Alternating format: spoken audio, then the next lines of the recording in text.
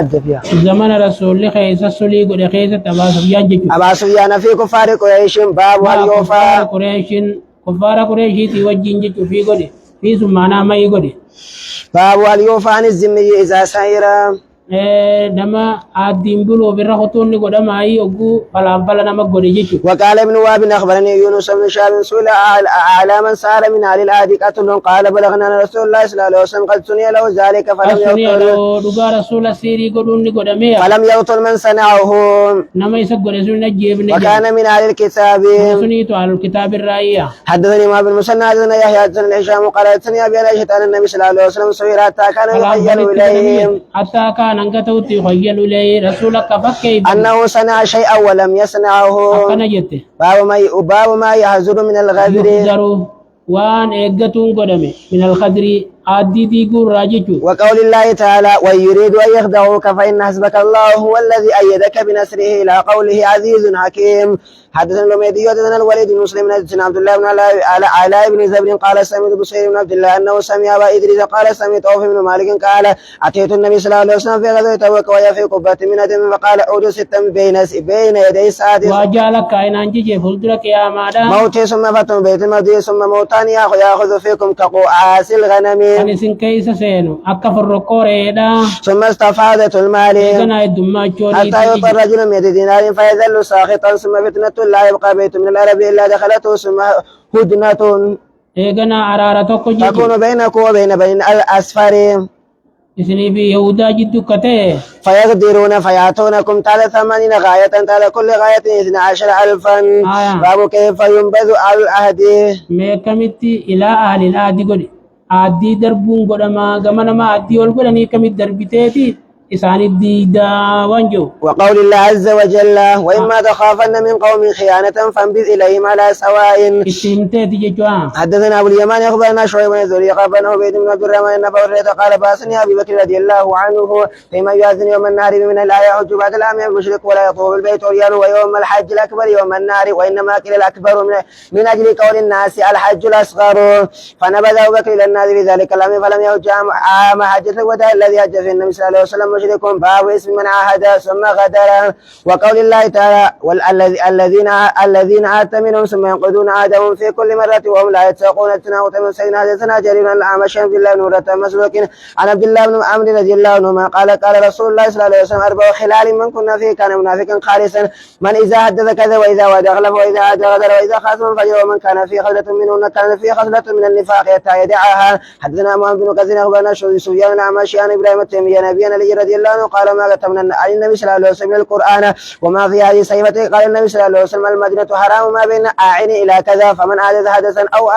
محدثا فعليه لعنة الله والملائكة والناس أجمعين لا يقبل منه عدل ولا صرف وذمة المسلمين واحدة يسعى بها أدناهم فمن أغفر مسلما فعليه لعنة الله والملائكة والناس أجمعين لا يقبل منه صرف ولا عدل ومن والى قوما بغير إذن مواليه فعليه لعنة الله والملائكة والناس أجمعين لا يقبل منه صرف ولا عدل قال أبو موسى حدثنا عمش بن قاسم بن إسحاق بن سعيد النبي أنا أبي هريرة رضي الله عنه قال كيف أنتم إذا لم تجتنبوا دينار ولا درهما كيف أنتم كم تاتنون جيجن إذا لم فودو تدبدن دينار ولا درهما بدرامة كافر الرأو فودو تدبدن كم تاتنون جيجن فقيل له وكيف ترى ذلك كائنا يا أبا هريرة قال إي والذي نفس أبي هريرة بيده عن قول الصادق المصدوق قالوا عم ذاك قال تنتهك ذمة الله وذمة رسوله صلى الله عليه وسلم فيشهد الله عز وجل قلوب أهل الذمة فيمنعون ما في أيديهم باب وجدنا عبدان أخبرنا وأمدد قال سمع مشي قال سألت أبا وائل شهدت السفين قال نعم فسمعت صاحب بن هنيف يقول اتهموا رأيكم رأيتني يوم أبي جندل ولو أستطيع أن أرد أمر النبي صلى الله عليه وسلم لرددته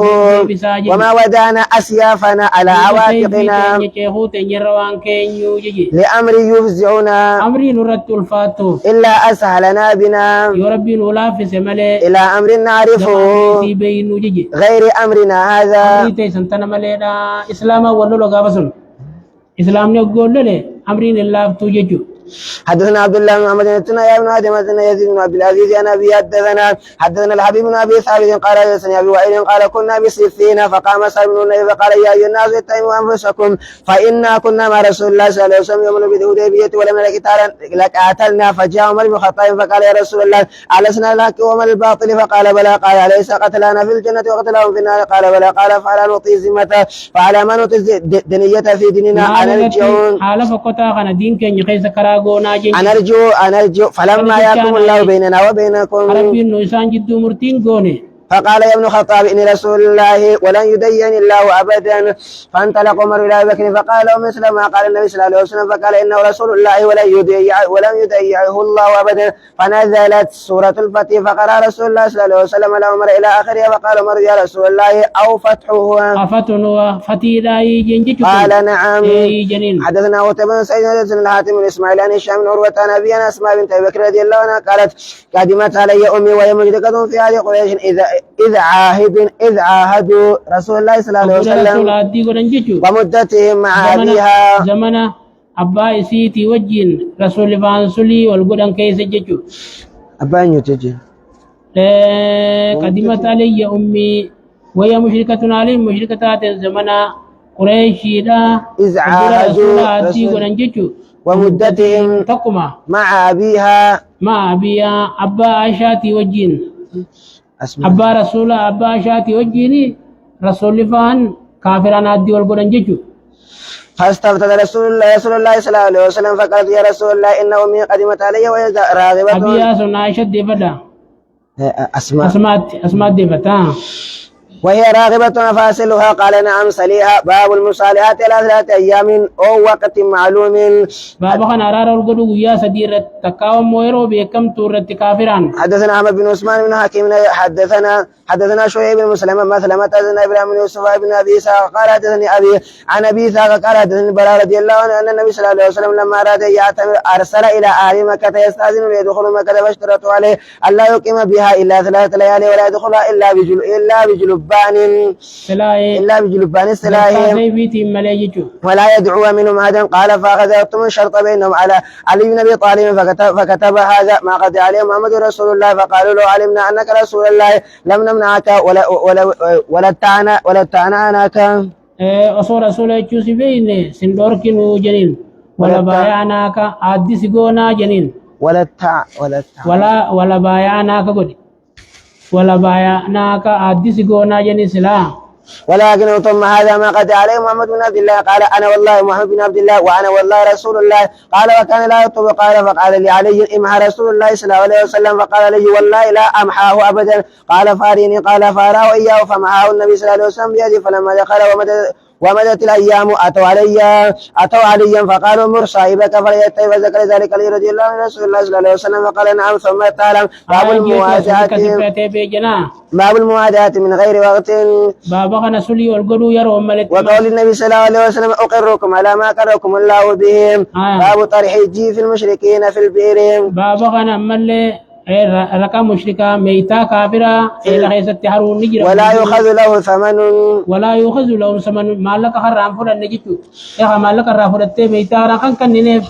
ميتا دور كته هل يتارو سنة دبتني حدثنا عبد الله بن عثمان قال أخبرني أبي عن شعبة عن أبي إسحاق عن الميمون عن عبد الله رضي الله عنه قال بين رسول الله صلى الله عليه وسلم ساجد وأولى ناس من قريش من المشركين إذ جاء عقبة بن أبي معيط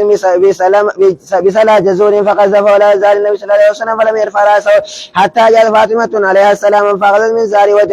ودعت على من صنع ذلك فقال النبي صلى الله عليه وسلم اللهم عليك الملأ من قريش اللهم عليك أبي جهل بن هشام وعتبة بن ربيعة وشيبة بن ربيعة وقلت بمعيت وأبي بن خلف أو أبي بن خلف فلقد رأيتهم قتلوا يوم بدر فألقوا في بئر غير ميت أو أبي فإنه كان رجلا ضخما فلما جروه تقطعت أوصاله قبل أن يلقى في البئر باب اسم الغادر للبر والفاجر دلي نما ديديجي للبر والفاجر نما غاري دلغتي في خامتو دلغتي خاديجه يجو. حدثنا ابو الوليد حدثنا شعيب بن سليمان الاعمش عن ابي وائل عن عبد الله وعن ثابت عن انس عن النبي صلى الله عليه وسلم قال لكل غادر لواء يوم القيامه قال احدهما ينصب وقال الاخر لواء يوم القيامه بابا اسمي دلي نما ديديجه نما غاري دلغتو خامتو دلغتو دلي نما ديديجه يجو. رسول الله مال جن ينصب لكل غادر كل خنا ولكبت كل نما ديديجه تي باندرا دابتا يغويا قيامه. حدثنا سليمان بن ابي حدثنا حماد بن زيد عن ايوب عن نافع بن عمر رضي الله عنهما قال سمعت النبي صلى الله عليه وسلم يقول لكل غادر لواء ينصب بغدرته يوم القيامه. حدثنا علي بن عبد الله حدثنا جرير بن منصور عن مجاهد عن طاووس بن عباس رضي الله عنهما قال رسول الله صلى الله عليه وسلم يوم فتح مكه لا هجره ولكن جهاد ونيه واذا استنفرتم فانفروا. وقال يوم فتح مكه ان هذا البلد حرمه الله يوم خلق السماوات والارض فهو حرام بحرمه الله يوم القيامه وانه لم يحل القتال فيه لاحد قبلي ولم يحل لي إلا ساعة من نار فوارم بحرمة الله إلى يوم القيامة لا يعدد شوكه ولا ينفر صيده ولا يلتقط لقطته إلا من عرفها ولا يقتل خلاها. وقال ابن عباس يا رسول الله إلا الإذخرة فإنه لكينهم ولبيوتهم قال إلا الإذخرة. كتاب بدء الخلق باب ما جاء في قول الله تعالى وهو الذي يبدأ الخلق ثم يعيده وهو أوهن عليه أهون عليه. وقال الربيع بن حثيم والحسن كل عليه ربي المخي سمي بي حسن اللي نكجان كل عليه حين وشفتنو يسر الله تولاجن هين تقوى مانان وهين مانان تقوى تايزان سجين مثل لين ولين وميت وديك وديك مانان تقوى تجفاو أفعينا جيشون مانان أفأعيا أي تقوى أفايا علينا ددبين رتة يجو حين أنشأكم يجون وأنشأ خلقكم أي قولي كمتيس أنشأ خلقكم وما تيسن أقوار كم سيس يجو لغوب يجون النصب أي النصب قولي تابان يجو أطوارا يجون طورا كذا زمن كناجة وطورا كذا عدا طوره زمن حالا أدى ركن سلومي جيجو طورا كذا أطوارا جيجو هنا أي طورا كذا وطورا كذا حالكنا جني عربات قدبت يقال في لغة العرب طورا كذا وكذا طورا كذا وطورا كذا جنيا عدا طوره أماس عدا طوره جنيا أي قدره درجة صادب جيجو لما أطوارا حالا أدى رتي سلومي جيجو سني طورا كذا جنيجي طورا كذا يقال في لغة العرب لغة عربية خيس ما تجمع حالكنا جنيجي أما ربين حالات ددارة تسلوم يجو أقولك علاقة سنقودة أقولك نطفة سنقودة أقولك مدخاء سنقودة يجو هذا طورو يجو نمو قدري ساد دبر يجو رايا. حدثنا محمد بن كثير حدثنا محمد بن كثير أخبرنا سفيان عن جابر بن شداد عن صفوان بن محرز عن عمران بن حسين رضي الله عنهما قال جاء نفر من بني تميم أما توارثني حالوان الددا رجيتا حالوان الددا خول دبر رجيتا مفردسي مالتا أوريتا جمين سا أتوارتها جيتو جاء نفر أورينتم قدر التيني فسرمتي حالة التيني فسرمتي جيتو أما قدر نسلومي وجنة متى جيتو gize takka nutfa isin gode amma zebe alaka isin gode amma zebe mudukha isin gode jichuta. جاء نفر من بني تميم إلى النبي صلى الله عليه وسلم فقال يا بني تميم أبشروا وقالوا بشرتنا فأعطنا فتغير وجهه فجاء أهل اليمن فقال يا أهل اليمن اقبلوا البشرة إذ لم يقبلها بنو تميم قالوا قبلنا. فأخذ النبي صلى الله عليه وسلم يحدث بدأ الخلق والعرش فجاء رجل فقال يا عمران راحلتك تفلتت ليتني لم أكن ويشيناتو سنتي خبادي. حدثنا عمر بن حفص بن غياث حدثني أبي حدثنا الأعمش حدثنا جابر بن شداد عن صفوان بن محرز أنه حدث عن عمران بن حسين رضي الله عنهما قال دخلت على النبي صلى الله عليه وسلم وأكلت ناقتي بالباب فأتوا ناس من بني تميم وقال اقبلوا البشرى يا بني تميم قالوا قد بشرتنا فأعطنا مرتين ثم دخل علينا ناس من اليمن فقالوا اقبلوا البشرى يا أهل اليمن إذ لم يقبلها بنو تميم قالوا قد قبلنا يا رسول الله. قالوا جئنا نسألك عن هذا الأمر قال كان الله ولم يكن شيء غيره وكان أشهر الماء وكتب في ذكر كل شيء أمري ملا فجلت تنراس قافت شولف نيجن وكان عرش على الماء وكتب في الذكر كل شيء وخلق وكتب السماوات والأرض دوب ربين لول مابوس كيسن خطبيجي ذكري خان لول مابوس جيب سريع وخلق السماوات والأرض فنادى مناد ذهبت ناقتك يا ابن الحسين للبان تكو يا الموسين يا عشان تاخدنا فانطلقت فإذا هي يقود دونها السراب وخنا يسي أركو سربين نرور كاجي والله لوددت أني كنت تركتها بيجي أصو يسي لك سيجي إيقنا للا وروى عيسى عن عقبة وروى عيسى عن عقبة وروى عيسى نقبر وديسه عن قيس بن مسلم عن طارق بن شهاب قال سمعت عمر رضي الله عنه يقول قام فينا النبي صلى الله عليه وسلم مقاما فأخبرنا عن بدل الخلق حتى دخل على الجنة منازلهم